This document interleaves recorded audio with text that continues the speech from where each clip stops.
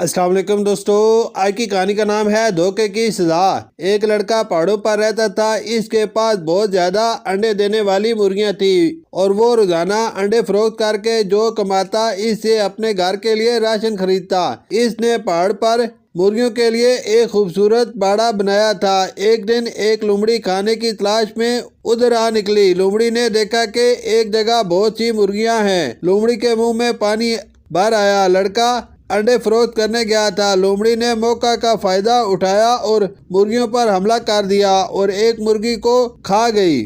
مرغیوں نے بہت زیادہ شور مچایا۔ لومڑی وہاں سے جنگل کی طرف بھاگ گئی۔ دوسرے دن لومڑی پھر آئی اور ایک اور مرغی کو کھا گئی۔ لومڑی روزانہ آتی، مرغیاں کھاتی، مرغیاں آہستہ آہستہ کم ہو گئی۔ لڑکے نے دیکھا کہ انڈے پہلے سے کم ہونا شروع ہو گئے اور اس کی آمدن بھی کم ہوتی جا رہی ہے۔ اس نے مرغیوں کی گنتی کی لیکن روز ایک مرغی کم ہو جاتی۔ لڑکا بہت پریشان ہوا اور سوچنے لگا شاید کوئی اس کی مرغیاں چرا رہا ہے۔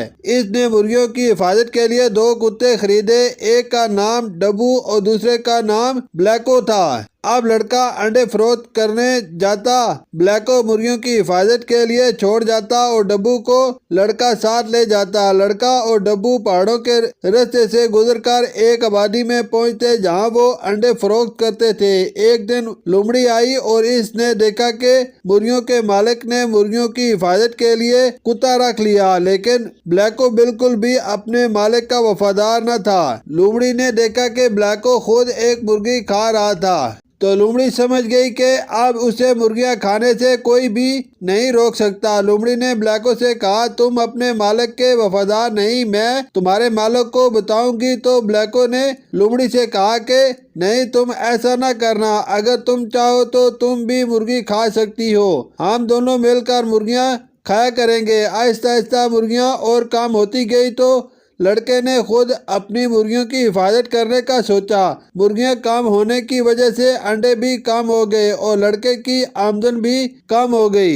لڑکا اپنے دونوں کتوں کو کھانا ڈالتا تو بھوک کی وجہ سے ڈبو کھا لیتا، بلیکو نہ کھاتا۔ لڑکے نے سوچا کہ کچھ تو گڑبڑ ہے۔ ایک دن لڑکے نے سوچا کہ آج وہ انڈے فروخت کرنے نہیں جائے گا بلکہ آج وہ اپنی مرغیوں کی نگرانی کرے گا۔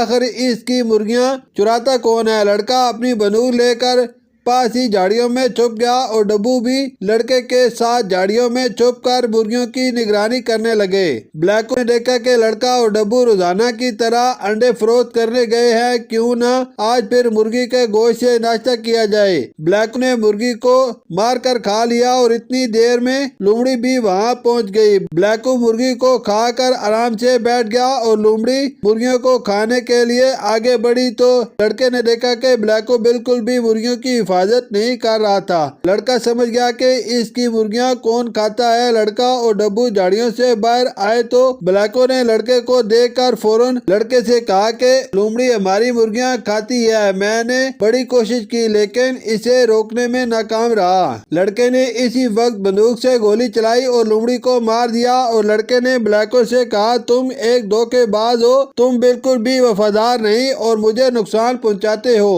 لڑکے نے بلیکو کو بھی گولی مار دی۔ اسی طرح بلیکو کو دھوکہ دینے کی سزا مل گئی۔ ڈبو لڑکے کا وفادار کتا تھا۔ لڑکا ڈبو کا بہت خیال رکھتا اور خوب ڈھیر کھانا ڈالتا۔ ڈبو بہت خوش تھا۔ لڑکے نے اور زیادہ مرغیاں خریدی تو ڈبو اس کی حفاظت کرتا۔ مرغیوں نے بہت سارے انڈے دیے۔ لڑکا انہیں فروخت کرتا تو اسے بہت زیادہ منافع ہوتا اور بہت زیادہ امیر ہو گیا۔ اس کہانی سے ہمیں یہ سبق ملتا ہے کہ دھوکے باز کا برا انجام ہوتا ہے، اس لیے ہمیں کبھی کسی کو دھوکہ نہیں دینا چاہیے۔ شکریہ۔